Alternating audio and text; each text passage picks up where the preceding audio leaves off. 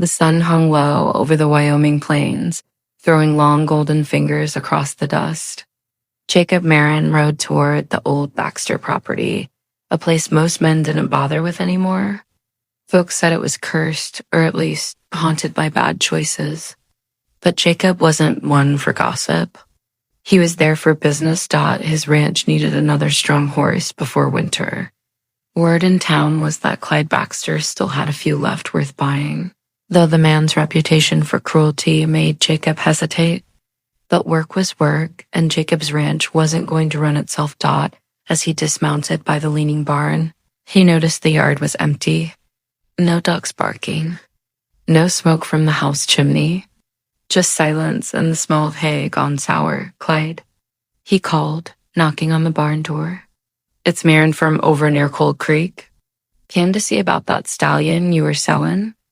No answer. The wind picked up, whistling through the slats. Jacob frowned and pulled the door open. The hinges groaned like something alive. Inside. It was darker than he expected. Dust floated in the shafts of light from broken boards above. There were stalls, most empty, one with a horse standing still. Ribs showing through dull high. And then he heard it soft. Strained breathing, human. Jacob froze. Hand near the pistol at his side. Hello? A faint clinking sound came from the far corner. He squinted, walking slowly toward the noise. That's when he saw her. A woman barely more than a shadow in the dim light was sitting on the dirt floor, wrists chained to a post. Her face was bruised, one eye swollen shut, her dress torn and filthy. Jacob's heart kicked hard in his chest. Ma'am? His voice broke a little. What happened? She flinched at the sound, curling in on herself like she expected another blow. It's all right, he said softly, hands raised. I'm not here to hurt you. Her lips parted, but no sound came out. Just trembling breath. Jacob's boots scuffed on the straw as he came closer. He saw the metal cuffs around her wrists tight enough that the skin had broken. His stomach turned.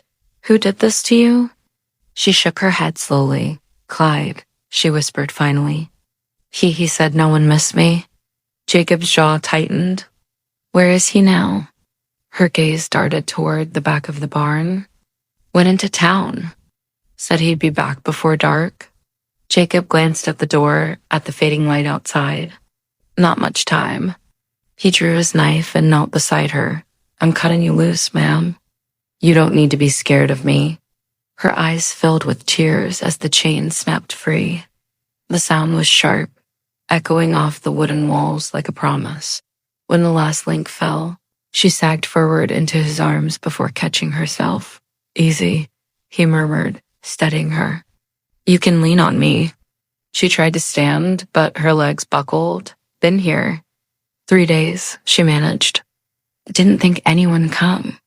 Jacob swallowed hard. Well, I did. And I ain't leaving you here. He helped her outside, supporting her with an arm around her shoulders.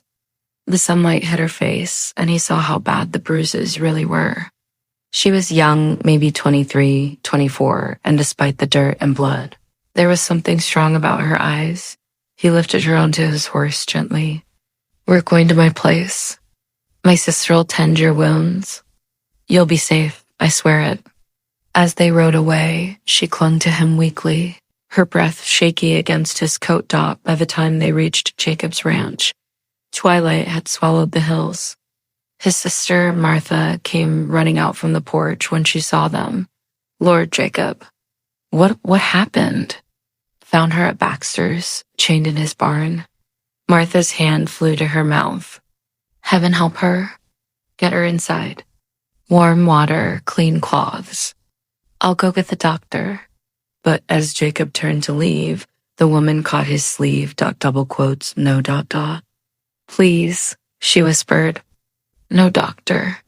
If he hears, Clyde'll find me. Jacob met Martha's eyes.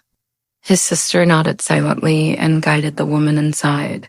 That night, the wind howled outside, rattling the shutters.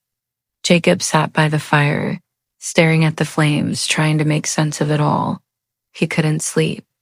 He could still see her bruised face, the chain marks on her wrists, when he heard a soft voice behind him. He turned. She stood in the doorway, wrapped in one of Martha's blankets. "Didn't mean to wake you," she said softly. "You didn't." He stood up. "You should be resting." "I wanted to thank you." "You don't owe me thanks." "You didn't deserve what he did."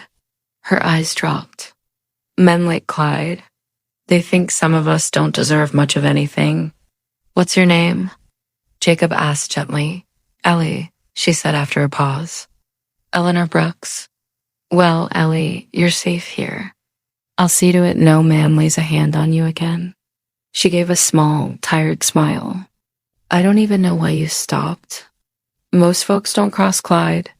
Jacob looked back at the fire. "My pa used to say, if you see wrong and walk away from it, you might as well have done it yourself." Something in his voice made her eyes soften. Days passed. Ellie healed slowly inside and out. Martha kept her busy sewing and cooking, anything to help her feel normal again. Jacob worked from dawn till dark, but he always found time to check on her. He brought her wildflowers once, awkwardly like a schoolboy. She laughed for the first time since he'd met her. "You're not much for talking, are you, Mr. Merrin?" She teased. "No, ma'am," he said, scratching his neck. "But I listened real good." And he did. He listened to her stories about her small town back east, how she'd come west to work as a housekeeper, how Clyde Baxter had promised her good pay and a place to stay, then turned her into a prisoner instead. Jacob's anger simmered, but he hid it. He didn't want to scare her. One morning, as he saddled his horse, Ellie appeared by the fence. "You're going into town?" "Yeah, gotta self-feed." "Why?" She hesitated. "If you see him, Clyde, don't go after him, please. I just want to forget." Jacob's gaze was steady. "Some things shouldn't be forgotten, Ellie." But he nodded. "I'll be careful." When he rode into town, the first thing he saw was Clyde Baxter outside the saloon, laughing with two ranch hands. Jacob's hand twitched near his revolver, but he took a deep breath. He wasn't there for vengeance. Not yet. Clyde caught sight of him and sneered. "Merrin, you buy that horse or just waste my time." Jacob dismounted slowly. "Didn't find a horse worth buying." "Figures. You ain't got an eye for quality." Clyde spat tobacco at the ground. "Stay off my land, Merrin." Last warning. Jacob's jaw clenched. "You stay out of Cold Creek." Last warning. Their eyes locked for a long, dangerous moment. Then Jacob turned and left. That night, rain swept over the valley. Thunder rolled across the sky like a warning. Ellie woke to the sound of hooves pounding in the mud. She ran to the window and saw a torchlight moving fast toward the house. "Jacob!" She cried. He was already out the door, rifle in hand. 3 riders, Clyde and his men, were coming hard. Jacob fired a warning shot. "Turn around, Baxter." Clyde shouted back through the storm. "You stole my property, Merrin." "She ain't property." Jacob roared. They charged. Gunfire split the night. Martha pulled Ellie down behind the porch rail. Rain and smoke filled the air. Jacob's bullet hit one man's shoulder. Another turned tail. Clyde fired wildly, hitting a fence post inches from Jacob's head. Then, with a yell, Jacob rushed forward and tackled him into the mud. The rifle skidded away. They grappled in the rain, fists and fury. Clyde was bigger, but Jacob fought like a man who knew he had something worth dying for. At last. He drove his fist into Clyde's jaw once, twice until the man went still. Jacob stood over him, chest heaving, rain washing blood from his face. "You come near her again," he said, voice low and shaking, "and I'll bury you where you stand." Clyde's eyes flickered with fear. Then he spat and stumbled to his horse, riding off into the dark by dawn. The storm had passed. The ranch was quiet again. Ellie found Jacob on the porch, staring out at the hills. "You shouldn't have risked yourself for me," she said softly. He turned to her, eyes tired but gentle. Wasn't a risk. Was right. Tears welled in her eyes. I don't know how to repay you. He smiled faintly. You already have. You're standing here free. That's enough. For a long moment, neither spoke. The sun rose behind them, painting the world gold again. Finally, Ellie took his hand. Maybe I could stay, work for you and Martha, help with the ranch. Jacob looked at her, and something unspoken passed between them, a promise, quiet and strong.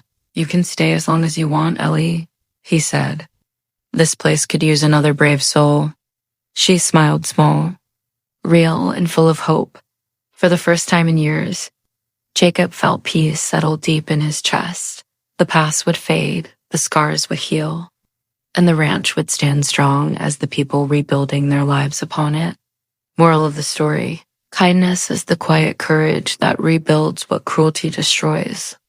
Even in the darkest barns, compassion can strike a spark, and sometimes that spark is enough to light an entire life anew.